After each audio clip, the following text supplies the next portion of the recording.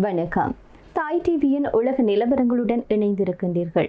மத்திய கிழக்கில் நடைபெற்றிருக்கக்கூடிய விடயங்கள் தொடர்பாகத்தான் இந்த காணொலியில் பார்க்க போகின்றோம். மத்திய கிழக்கு ஆசியாவில் நிலவி வரக்கூடிய இந்த போர் சூழலானது தற்போது ஒட்டுமொத்த உலக நாடுகளையும் அச்சுறுத்தும் வகையில் மிக மோசமான நிலையை எட்டியிருப்பதாக விமர்சிக்கப்படுகிறது. சர்வதேச போர் நிறுத்த ஒப்பந்த மீறல்களுக்கு இடையே ஈரான் தன்னுடைய அண்டை நாடுகளாக இருக்கக்கூடிய குவைத் மற்றும் பஹ்ரைனில் இருக்கக்கூடிய அமெரிக்க தளங்களை குறிவைத்து அதிரடியாக 7 அதிநவீன பாலிஸ்டிக் ஏவுகணைகளை ஏவியிருப்பதாக குறிப்பிடப்படுகிறது. எனவே இந்த தாக்குதல் தொடர்பான பல விடயங்கள் தொடர்பில் பேசப்பட்டு கொண்டிருக்கிறது.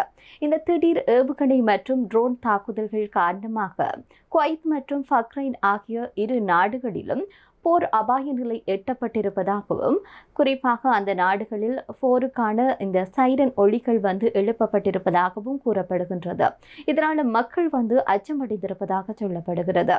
அல் ஜசீரா வெளியிட்டிருக்கக்கூடிய தகவலின்படி பார்க்கிற போது ஈரானின் ஏவுகணை தாக்குதல்களை தொடர்ந்து குவைத் நாட்டில் 5 முறை போர் அபாய இந்த சைரன் ஒழிக்கப்பட்டிருப்பதாக கூறப்படுகின்றது. அதே நேரம் குவைத் நாட்டில் வான் பாதுகாப்பு படை ஈரானிய ஏவுகணைகளையும் ட்ரோன்களையும் வானிலையை சுட்டு வீழ்த்தியிருக்கக்கூடிய அதிர்வு சத்தங்களும் நகரம் முழுவதும் கேட்டிருப்பதாக சொல்லப்படுகிறது.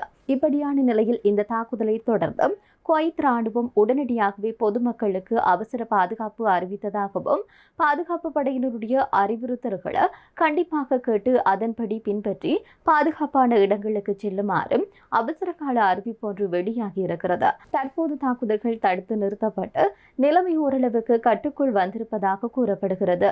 குவைத்தை போலவே பஹ்ரைனிலும் சைரன் ஒலிகள் எழுப்பப்பட்டு ஒட்டுமொத்த நாடும் அவசர நிலை பிரகடனப்படுத்தப்பட்டிருந்தது. பஹ்ரைன் நாட்டினுடைய உள்துறை அமைச்சகம் தன்னுடைய அந்த எக்ஸ் தள பதிவில் சொல்லி இருக்கக்கூடிய விடயம் என்னன்னு சொன்னா, நாட்டினுடைய அனைத்து மக்களும் உடனடியாக தங்களுக்கு அருகில் இருக்கக்கூடிய பாதுகாப்பான தங்குமிடங்களுக்கு செல்லுமாறு அவசரமாக கேட்டுக்கொண்டிருக்கிறது. அந்த பதிவு தொடர்பாகவும் குறிப்பாக அதனை வைத்துக்கொண்டு மக்கள் மிக கவனமாக இருக்க வேண்டும் என்ற ரீதியில் பல தளங்களையும் பகிரப்பட்டு கொண்டிருக்கிறது.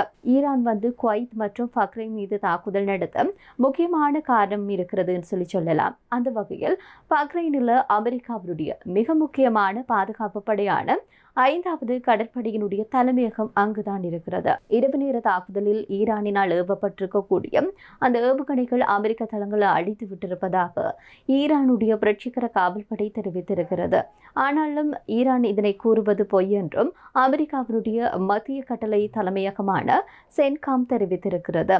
ஒரு அதிகாரப்பூர்வமான விளக்க அறிக்கையை கூட அவர்கள் வெளியிட்டிருக்கிறார்கள். ஹார்முஸ் நீர்நிலை பகுதியில் இருக்கக்கூடிய சர்வதேச போக்குவரத்துக்கு அச்சுறுத்தலாக இருக்கக்கூடிய ஈரானுடைய 4 ட்ரோன்களை அமெரிக்க ராணுவம் சுட்டு வீழ்த்தி இருப்பதோடு ஈரானின் கடலோர டேரார் தளங்கள் மீது வான்வெளி தாக்குதல்கள் நடத்தப்பட்டிருப்பதாக கூறுகின்றது. இதற்கு பழிவாங்கவே ஈரான் குவைத் மற்றும் பஹ்ரைன் மீது 7 ஏவுகணைகள் மற்றும் ட்ரோன்களை ஏவியிருப்பதாக சென்காம் தெரிவித்திருக்கிறது. மேலும் தங்களினுடைய ஆரம்பகட்ட ஆய்வுகளின் அடிப்படையில் பார்க்கிற போது ஈரான் ஏவி இருக்கக்கூடிய இந்த 7 ஏவுகணைகளை 6 ஏவுகணைகளை அமெரிக்க மற்றும் நட்பு நாடுகள் நடுவானிலேயே சுட்டு வீழ்த்தி இருப்பதாகவும், எனவே துல்லியமாக எதிர் தாக்குதல்களை நடத்தி அழித்துவிட்டன என்றும், இந்த 7வது ஏவுகணை என்பது இலக்கை அடையாமல் வழியிலேயே விழுந்து விட்டிருப்பதாகவும் சென்காம் தெரிவித்திருக்கிறது. அமெரிக்க படை வீரர்களுக்கு எந்த விதமான பாதிப்பும் இதில் இல்லை என்று சொல்லியும் அமெரிக்காவினுடைய 5வது கடற்படை தளத்தை தாக்கி அழித்திருப்பதாக ஈரான் கூறுவது முற்றிலும் பொய் என்று சொல்லி சென்காம் திட்டவட்டமாக இந்த ஒரு விடயத்தை மறுத்திருக்கிறது. ஆனால் ஈரான் இல்லை அழித்து விட்டோம் என்று கூறுகிறது. இதற்கு முன்பு கடந்த ஜூன் மாதம் 3ஆம் தேதி ஈரானுடைய தற்கொலை படை ட்ரோன் ஒன்றும் குவைத் சர்வதேச விமான நிலையத்தில் D-1 பயணிகள் முனையத்தை அதிரடியாக தாக்கியதில் அங்கிருந்த இந்தியர்கள், குறிப்பாக இலங்கையில் இருக்கக்கூடிய தொழிலாளர்கள் எல்லாம் பாதிக்கப்பட்டிருந்ததையும் குறிப்பிடத்தக்கது. கிட்டத்தட்ட ஒரு 60க்கும் மேற்பட்டவர்கள் காயமடைந்திருந்தார்கள். இந்த நிலையில் இந்த கொடூரமான தாக்குதல்களுக்கு ஈரானே முழு பொறுப்பு என்று சொல்லி குவைத் அரசாங்கம் தன்னுடைய அந்த நிலைப்பாட்டை தெரிவித்திருக்கின்றது. ஆனால் ஈரான் இதனை மறுத்திருக்கிறது. அதாவது தாங்கள் அமெரிக்க தளங்கள் மீதுதான் தாக்குதல் தாக்குதலை நடத்தி இருக்கின்றோம். அதிலும் தங்களை தாக்கக்கூடிய தளங்கள் எங்கெங்கெல்லாம் இருக்கின்றதோ அங்கேதான் நாங்கள் பதிலடி தாக்குதல்களை நடத்தி இருக்கின்றோம். அப்படி இது தவறுன்னு சொல்லி சொன்னால் நிச்சயமாக நீங்கள் அந்த நாடுகளுக்கு ஏன் அங்கீகாரம் கொடுக்கிறீர்கள், அதாவது அமெரிக்காவுடைய தளங்களையே உங்களுடைய நாட்டில் விடுகிறீர்கள் என்ற ரீதியில் தான் ஈரானுடைய நிலைப்பாடு இருக்கிறது.